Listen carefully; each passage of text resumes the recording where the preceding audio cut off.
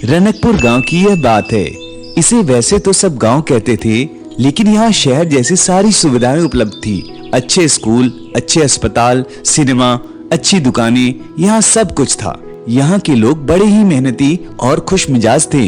इसी गांव में रीमा और सीमा नामक दो बहनें अपने माता पिता के साथ रहती थी। रीमा का रंग उजला था और सीमा का रंग सांवला था, और इसी बात को लेकर रीमा उसे बहुत ताने देती थी। उसे न जाने क्या क्या कहकर बुलाती थी। मेरे कॉलेज में तो फैशन कॉन्टेस्ट है और मैंने सबसे पहले उसमें अपना नाम लिखवा दिया है। देखना, जीतूंगी भी मैं ही। तू तो ऐसी कंपटीशन में अपना नाम ही नहीं लिखवा सकती। अगर तू हिस्सा लेगी तो हारेगी तो जरूर, पर तुम्हारी बेइज्जती होगी वो अलग। ऐसा कहकर रीमा जोर जोर से हंसने लगी। कुछ दिन बाद रीमा घर पर फैशन कॉन्टेस्ट में जीती हुई ट्रॉफी लेकर आई और गर्व से अपने माँ पापा को दिखाने लगी। देखिए माँ पापा, मैंने कहा था ना कि मैं जीतूंगी। इस सीमा की वजह से तो आपको कभी गर्व महसूस नहीं होगा। इसने ऐसा कोई काम किया ही नहीं और ना करेगी, पर मैं आप दोनों का नाम खूब रोशन करूंगी। रीमा, अपनी बड़ी बहन को ऐसा नहीं कहते हैं। उसके रंग की वजह से तुम उसे ऐसा नहीं कह सकती। सीमा सबकी बातें सुनती रहती है और दुखी होकर रोती रहती है।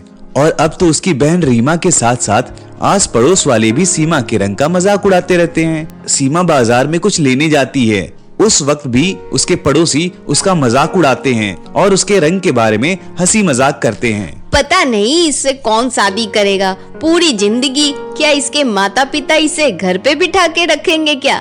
हमने इसकी माँ को कितना कहा कि अच्छा साबुन, अच्छी क्रीम ला कर दो और इसे चाय पिलाना बंद करो ताकि यह गोरी हो जाए, पर उसकी माँ कहाँ सुनती है। हम तो भाई इसके अच्छे के लिए कहते हैं, पर क्या ही करे। सीमा यह सारी बात सुनकर रोते रोते घर आ गई। क्या हुआ बेटा, तू क्यों रो रही है? माँ, सबके तानों से तंग आ गई हूँ। घर में रहती हूँ तो रीमा ताने मारती रहती है और घर से बाहर निकलती हूँ तो दोस्त और आस पड़ोस वाले मेरे रंग के बारे में कुछ न कुछ कहते रहते हैं।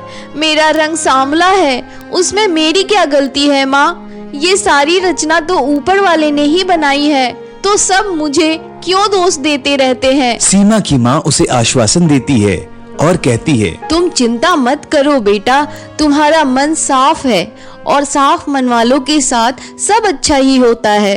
भले देर से ही, पर तुम्हारे साथ जरूर अच्छा होगा। और कुछ दिनों बाद सीमा कहाँ हो बेटा, जल्दी आओ। हाँ माँ, क्या हुआ?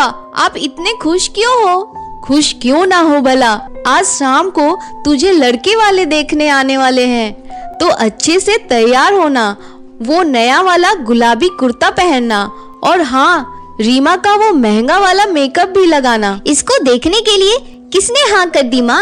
आपने इसकी असली तस्वीर तो भेजी थी ना, कि कुछ तोड़ मरोड़ कर भेजी थी? क्योंकि इसकी तस्वीर देखकर तो इसे कोई हाँ नहीं बोलेगा। कम से कम आज के लिए तो तेरी कड़वी बातें बंद कर और जा दीदी को तैयार होने में मदद कर। रीमा मुंह बनाकर वहाँ से चली जाती है।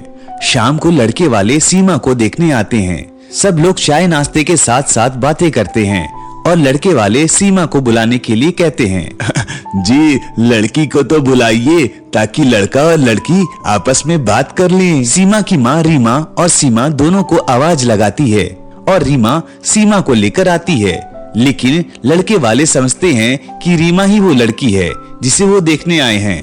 और रीमा को देखकर वो कहते हैं, आपकी लड़की तो बड़ी सुंदर है, हमें तो ये रिश्ता मंजूर है। नहीं, आपको तो कोई गलतफहमी हो रही है। सीमा तो ये है, रीमा तो उसकी छोटी बहन है। यह सुनकर लड़के वाले गुस्सा हो जाते हैं। ये लड़की, ये तो तस्वीर में कुछ अलग ही लग रही थी। इसका रंग भी गोरा था, तो हमें लगा कि आपने हमसे झूठ बोला है। हम साफ साफ कह देते हैं, हमें आपकी छोटी बेटी पसंद है। अगर आप उसकी शादी हमारे लड़के से करवाना चाहती है तो बताइए, वरना सीमा से हमें रिश्ता जोड़ने में कोई दिलचस्पी नहीं है। नमस्ते। यह कहकर लड़के वाले वहाँ से चले जाते हैं और रीमा फिर से सीमा को ताने देना शुरू कर देती है। ये तो होना ही था माँ, आप कितना भी इसका रंग छुपा लो, सच तो सामने आ ही जाता है। वैसे मुझे तो यह लड़का पसंद है, तो आप मेरी ही शादी की बात चला दीजिए। सीमा को इस घटना से बहुत दुख हुआ और वो रोते रोते घर से बाहर चली गई और खुद को कोसने लगी। चलते चलते सीमा एक घने जंगल में पहुंच गई और डर गई। अरे ये मैं चलते चलते कहाँ आ गई? अब मैं वापस घर कैसे जाऊंगी? तभी सीमा को कुछ दूर एक झोपड़ी दिखी और उसने सोचा वहाँ जरूर कोई मदद करने के लिए होगा। और सीमा उस झोपड़ी में जाती है, लेकिन उस झोपड़ी में सिर्फ एक बूढ़ी औरत मिलती है उसे। अम्मा, मेरा नाम सीमा है। मैं इस घने जंगल में रास्ता भटक गई हूँ। क्या आप मेरे बाहर जाने में मदद कर सकती है? बेटा, तुम रास्ता नहीं भटकी हो, बिल्कुल सही जगह पर आई हो। मैं जानती हूँ तुम्हें तुम्हारे रंग की वजह से सब भला बुरा कहते हैं और तुम्हें इससे बहुत दुख होता है, पर चिंता मत करो, मैं तुम्हारी मदद करूंगी। और फिर बूढ़ी अम्मा कुछ मंत्र पढ़ती हैं और उनके हाथ में एक छड़ी आ जाती है जिसे वो सीमा को देती हैं। ये लो बेटा, यह कोई ऐसी वैसी छड़ी नहीं है, यह जादुई छड़ी है। इसे घुमाकर तुम जो भी बोलोगी वो सच हो जाएगा। सीमा को अम्मा की बात पर यकीन नहीं हुआ, इसलिए उसने छड़ी घुमाकर कहा, ओ छड़ी, मेरा रंग सांवले से उजला कर दे। और जैसे ही सीमा ने यह बोला, सीमा का रंग उजला हो गया। सीमा को ये यकीन दिलाने के लिए बूढ़ी अम्मा ने उसे आईना दिखाया और सीमा अपने आप को देखकर हैरान रह गई। लेकिन ये एक बात का ध्यान रखना, इस छड़ी का प्रयोग तुम दिन में केवल एक ही बार कर सकती हो और इसे दूसरी बार प्रयोग करने के लिए तुम्हें दूसरे दिन का इंतजार करना पड़ेगा। सीमा ने हाँ में सर हिलाया। अम्मा, आपने मेरी इतनी मदद की है, एक छोटी सी मदद और कर दीजिए। मैं इस घने जंगल में रास्ता भटक गई हूँ, आप मुझे कृपा करके बाहर जाने का रास्ता दिखाएं। यह सुनकर बूढ़ी अम्मा ने अपनी छड़ी घुमाई और छोटे छोटे फूल रास्ते में गिरने लगे। तुम इन फूलों के पीछे पीछे जाना, तुम्हें रास्ता मिल जाएगा। उन फूलों का पीछा करते करते सीमा अपने घर पहुंच जाती है। वहाँ उसके घर वाले काफी परेशान थे। सीमा, तू कहाँ गई थी? हम सब कितना घबरा गए थे। मुझे पता है तुम्हें लड़की वालों की बात का बुरा लगा है। माँ, ये सब छोड़ो, इसका रंग देखो, तू गोरी कैसे हो गई?